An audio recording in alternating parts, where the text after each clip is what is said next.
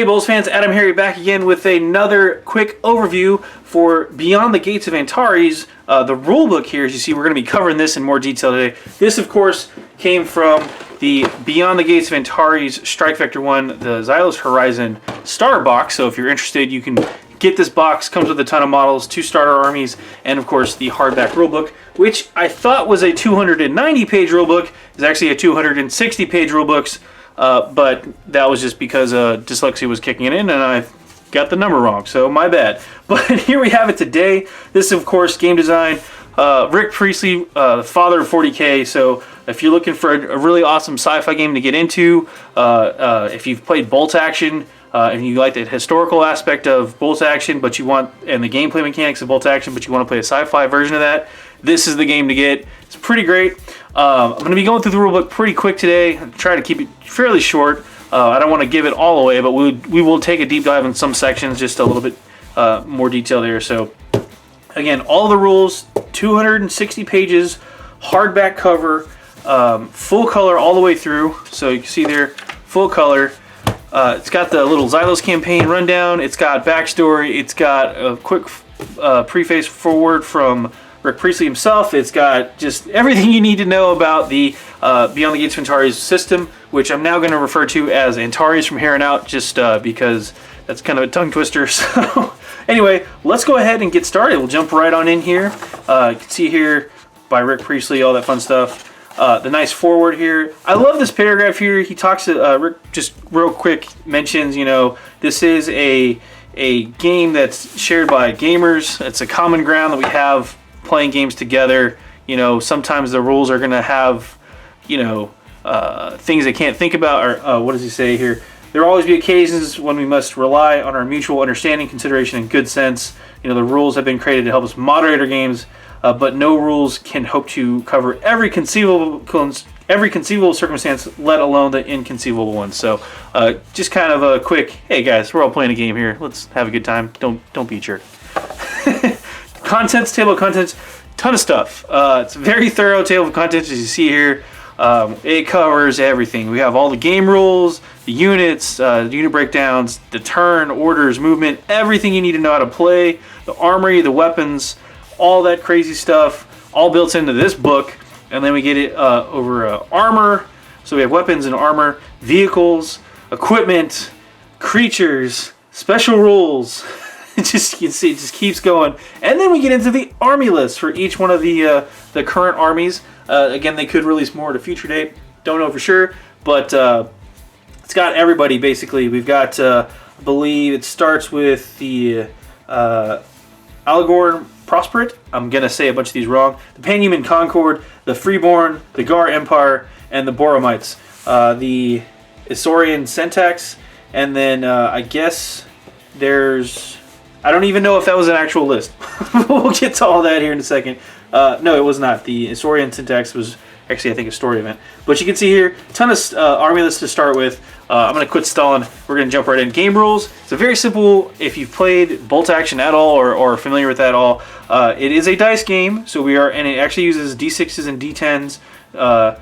We also have a couple of like D4s, D8s, stuff like that. But this is basically a D10 game. A lot of the tests you're going to be rolling under D10s, so rolling low is good.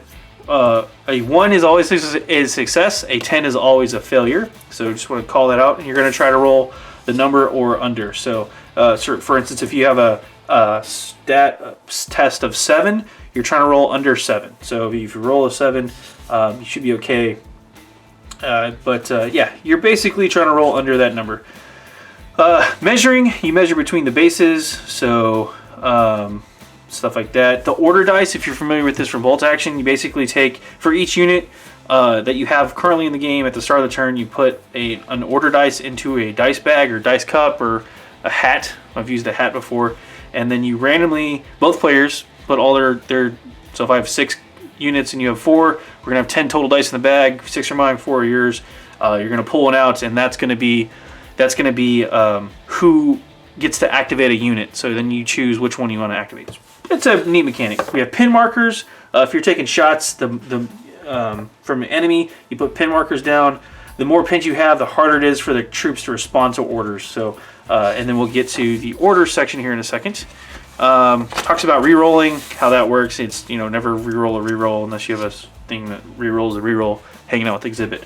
Anyway, types of units. We've got basic infantry, light weapon teams, heavy weapon teams, weapon drones, and it just kind of talks about real quick how they function. Vehicles, mounts, beasts, probes. It talks a little bit about the commanders and bases. Some of them, most of the basic infantry are going to be on 25mm bases. Some of them are supplied with a little bit larger base because it's more thematic, and then we go on to large stuff, 40mm and up, stuff like that. Weapon teams, how they all work. Stuff needs to be uniform cohesion, stuff like that. The turn sequence is pretty simple. Again, if you've played Bolt Action, very, very familiar. You do the order dice thing I talked about. Order phase, you draw dice. You from the order bag, in the order that the player who the dice belongs to gets to activate. They choose one of their units and you give it an order. Place the order right next to the unit to show, etc., etc. If you have to take a test, you make a test. Back to 1, you just keep doing that. End the phase, you do all that stuff. These are the basic orders. You've got a fire, which you shoot without moving. Advance, move and shoot. Run, move quickly without shooting. Ambush, wait for a chance to react. Rally, lose d6 pin markers. You roll a d6 and you take that many away. We have down, which go down so the unit is more difficult to hit. So just like take cover. So it goes through all the basic stuff here. Very simple system. You know, how the different shooting, like the fire order is slightly different from the assault order, as far as like shooting it, like bonuses and stuff like that. So, but pretty simple. It goes over the basics of movement, how that all works. It's a type measure. You know, you move that far. That's how that all works. Moving over obstacles, just kind of special stuff for that. Nothing too crazy. Shooting, same deal. How that all work. You can't shoot through the base of one model to hit another. So that's one thing there. Line of sight. Passes through formation, how goes over line of sight rules and all that fun stuff. Large models in line of sight, basically if they're a large model, they can see over normal size models. It's as you can see, there's full color. There's lots of examples breaking down the differences in movement and things like that. It's very handy, very well done. So just goes over shooting, roll a hit, stuff like that. How that all works. So you need to look at the to hit chart. We do have modifiers, so if you're pinned, each pin on the shooting unit is -1 modifier. The different ranges have effects on your to hit roll and stuff like that. Weapon range examples, so a mag pistol is effective range of 10, a long range of 20, extreme range of 30. So extreme range is like -3, longer extreme. So yeah, good stuff there. So just keeps going. Allocate hits, how attacks work, stuff like that. Roll to resist, basically like armor saves. You get your resist value. So you see if the model has avoided the shot or armor has deflected it without suffering harm. So basically your armor save. Yeah, pretty straightforward. Not too much else. I'm not going to go through all the rules. Obviously, I'm not going to read. Just there's a lot. This is going to take some commitment to sit down and read the rules, but they are fairly comprehensive. Again, there's probably some random scenarios that might pop up where you're like, oh, this is how that worked out, but you know, we weren't too sure about that. But I mean, it's going to happen in a rule set this size and this comprehensive. But overall, the game itself plays very quickly. In the forward from Rick Priestley, they were basically shooting for a game where most forces are going to be around 30 models. They wanted to also make sure that a veteran player could probably finish in about an hour or so. So it's supposed to be not quite a skirmish game, but not a large scale battle game. That said, you could either play it as a skirmish game, or you could amp it up and have more units and have a longer game. So it does scale up fairly well with the dice pool, stuff like that. So we talk about assault here. So close combat does happen. It's not just all shooting all the time. Hand-to-hand fighting, how that all works. Assault rolls. Break test, basically if how you're pinning, how you have a bunch of pins, how that actually affects you and casualties and stuff like that. So reactionary tests. So reaction chart. So basically, if you have the well, it's based on what the reaction, what you're reacting to. So reaction is to go down, react to when shot at by an advance or fire action. Reactors orders to go down. So you actually do have some reaction options.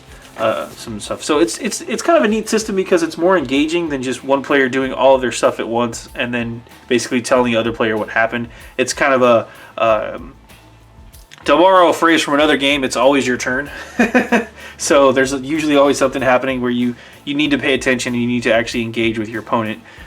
Some people really like that. I happen to enjoy that back and forth kind of banter and when you're playing. Some people don't enjoy that at all. So, but yeah, if you've again played Bolt Action, you know what I'm talking about. So, terrain, talked about all the different terrain stuff there. Let's skip ahead a little bit. You got obstacles, buildings, or we see how all of this works. We go through the armory. I wanted to get to this stuff just because it's cool. It's got the neat little pictures and stuff. Wanted to point that out. So it's different armory, different weapons. It goes over close combat weapons here. I believe the shooting weapons, yeah, coming up here. It just talks about the different. It's kind of neat because they have basically a breakdown, kind of like fluff-wise of what the guns do or weapons do, like their descriptions, like the mag gun, for instance, here.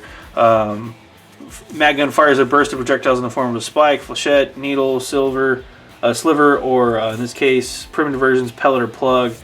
It just has a neat little sci-fi descriptions of what the weapons do, and then also the actual rule stuff here. So it's always nice to read the creativity there. So just really cool stuff. I know I always enjoy flipping through the weapons profiles just to read up like what the heck do they do. So cool stuff. It's one of the things that I like about the GAR. They have cool weapons. So I'm working on those guys right now. Moving on here, special munitions. Again, special rules. This game, basically, you have the core of the rules, and then there's going to be exceptions to the rules. Obviously, special weapons. So we go through the weapon summary. You can see here what I'm talking about as far as like, here's a basic weapon, the mag pistol. There's no special rules. Then we look down here at the GAR plasma claw is a random strength value, so stuff like that, or strike value, excuse me. So you roll a d4 and it could be 1 or it could be 4, so stuff like that. So it's just different exceptions to the rule. If you've played any type of tabletop wargaming, you're going to be familiar with the rules and exceptions and stuff like that. So the vehicles, the different skimmers and stuff like that, and these are all broken up too by the different factions or races. So you can see here those were the Alagorn skimmers and stuff like that. Here we have the Concord vehicles, Boromite vehicles, GAR vehicles, which I really like them because they have the crazy crab legs looking things. So the GAR command crawler, pretty sweet. Heavy bombardment crawler, freeborn vehicles like combat drones and stuff like that. So but each race has their own look and feel, and it's pretty cool. I haven't really deep dove into, I haven't gotten a chance to deep dive into what makes each race unique or anything like that. I know the GAR, I believe, are like clone warriors and stuff like that. So, again, this takes place in an alien world, beyond the gates of Antares. Dun dun dun. Roll credits. And it's humanity has moved out among the stars, and so there's different people who have different views, shockingly enough, when people get involved, about how things should run. So, and they break off into their own separate factions. So, moving on, creatures of Antares space. The human species here, the Boromites. These are the rock people. They were bio-adapted to work in a time in the past. Work on asteroids within the atmosphere and low gravity, extreme temperatures. They are really tough. So that's pretty cool. The Alagorn, they evolved from the world of Algor and have since colonized 12 future further worlds. So they are human morphs, stuff like that. The Nuhu or New Human, they're the space elves. Let's be honest. They're the long, skinny, kind of higher intelligence people. So, and then the GAR created in ages past and soldiers of war. Basically clone warriors. So yeah, most of them are created to fight in battle armor, but they look kind of scrawny when they're out of it. So then we have other cool stuff. There's just some neat fluff stuff in the game, so that's why I like the book. Then of course we have more special rules. Kind of goes over all that fun stuff. Different scenarios, match scenarios, 5, I think there's 6. Yeah, there's 6 different scenarios to play. There's also the narrative scenarios. That's just if you want to do like special matches or whatever. Narrative scenarios. Again, these are all story themed, so it's kind of just more than just showing up and fighting somebody. We have 6 of those, I believe, of your basic narrative scenarios, and the pages are stuck. So then we get it to the army list section, which is the last chunk of the book. Just covers points, point costs, unit costs, everything like that. So you can see here how that all works, point value. And a lot of people, it's, if I remember correctly, I'll double check here, but I think everything has very, very similar points as well. This is the Concord. Here's the Gar. Yep. So yeah, there's your army list. You're kind of set. So let me back up and show you what I'm talking about. So basically, army options. 10% of the points available can be spent on army option described below. The following options are available to all armies. So these are all prepared. Then you have your scouting force, skirmish force, all that stuff. Oh yeah, they do have different points. That's what I was confused about. Sorry. So what I was trying to say is you take a look at, we'll do a Gar battle squad versus, because it's actually come in the base game, a C3 strike command squad. So here we have points. So limited choice. Basically, it's like list building in most other tabletop games. You've got include spotter drone unit at 10 points, include meta drone unit at 20 points, 2 strike troopers. So all this, the point values right here listed. This one starts at 110, so it goes from there. And then if you look at a Gar, let's say the assault squad here, same deal. Point value 184. That's the starting point, and you buy upgrades and stuff like that. So you know how that all works. And then we have just all the different army list options for unit options, excuse me, in each army list for each of the current factions in the game. So, and again, I keep saying current factions because they can always add more if they choose to. So, pretty cool stuff. This again gets into more of the fluff stuff for the backstory of the game, what's going on, the 7th Age, Panhumans, all that stuff, Antares. Always love maps, so there's your cool map of Antarian circumference, 250 AU. It's probably after Antares or whatever. All the big stuff, and this is more describing the different factions. Has a couple of special characters for each one. Panhuman Concord, keeps going, more fluff stuff. There's your stuff, the Freeborn, who they are, the Gar military, their leader. So you get the gist of it. It's a good read, you know, sci-fi wise. There's a lot of stuff to cover. They also, of course, have their quick reference stuff in the back, which always super handy. But we're running short on time, and I think this is a pretty good overview of the book itself. Everything you need to know how to play is in here. If you want to get to start to play, you really just need to pick up this box, 2 starter armies, the hardback book, reference stuff, templates, dice. You pretty much need a tape measure, glue, and a buddy, and you can start playing some Antares. So, but that's pretty much it for this overview of the rulebook. Hopefully you can get some gameplay in. We got to finish building the armies. We're trying to rush those out as fast as we can, but it's holiday season coming up. Lots of stuff going on. So anyway, this is AdamHarry from BoLS signing off. Hope you enjoyed it. Have a good one.